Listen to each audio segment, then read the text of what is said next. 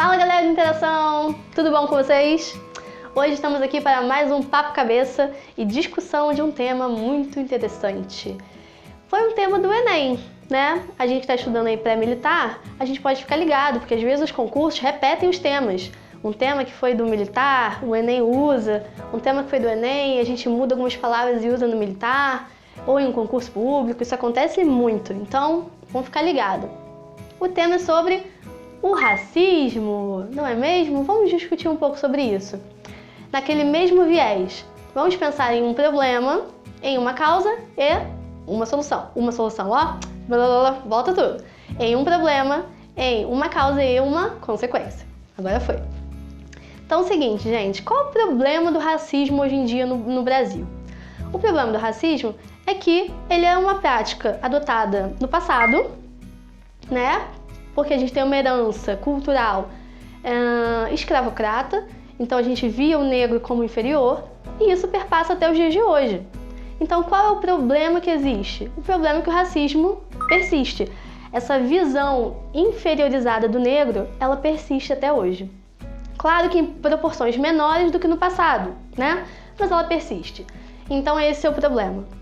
Quem poderia ser um causador desse problema? Quem está contribuindo para que o racismo continue ou para que ele não acabe? Quem pode ser? Vou te dar um exemplo. Já parou para pensar que a própria mídia acaba influenciando nisso um pouquinho? Se a gente parar para pensar, na grande maioria das novelas, os protagonistas, eles são brancos ou negros? E aqueles outros personagens, motorista, empregado doméstico, enfim, outros papéis, como por exemplo, representar a cultura de uma comunidade, esses papéis são representados sempre por brancos ou em sua maioria por negros?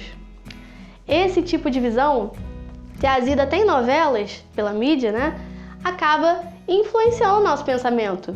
A gente assiste a novela todos os dias, né? A gente é brasileiro gosta de novela, né? Então, a gente acaba sendo um pouco influenciado. É claro que eu não vou passar a ser preconceituoso por causa disso, só que a gente acaba incutindo algumas coisinhas na nossa mente, no nosso subconsciente. Como, por exemplo, cargos importantes são para brancos e cargos profissionais, né, menos importantes, entre aspas, ficam a cargo dos negros, relacionado a alguma visão um pouco inferiorizada a eles, né? Então a gente pode abordar isso numa redação. É uma discussão totalmente diferente, que não é todo aluno que vai falar, a grande maioria não vai falar de mídia, e você acaba se destacando por causa disso, se você souber falar de maneira correta, né? Então essa seria uma causa. E agora uma consequência. Qual é a consequência de a gente ter essa cultura racista até hoje? Exemplo, a gente pode citar na nossa redação casos de violência. Violência física, violência verbal, xingamento. A gente tem aí vários exemplos que aconteceram no ano passado e em outros anos. Lembra daquele jogo que foi televisionado em que torcedores jogavam bananas no gramado contra um jogador que era negro, querendo associá-lo à figura de um animal, macaco? Isso é o racismo. Nesse caso não foi físico, né? Mas foi psicológico. Um outro exemplo de violência foi do caso da Maju. Maju, aquela moça do Tempo, sabe? Da Globo. Ela mesma, ela sofreu racismo na internet.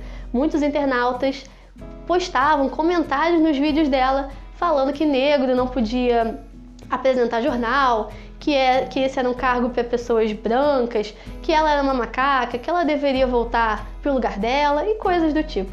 Então, o aumento de racismo faz com que exista muita violência, tanto física quanto verbal. Fica ligado nisso. Gostou desse tema? Esse tema é muito importante e ele é super possível de cair numa prova. Se você quiser, você pode entrar lá no nosso site, pegar toda a coletânea de textos, dar uma lida e fazer essa redação pra gente. E aí você pode enviar. É só você adquirir nosso pacote de correção e enviar pra gente. Gostou? Manda, a gente vai gostar. Um beijo e até o próximo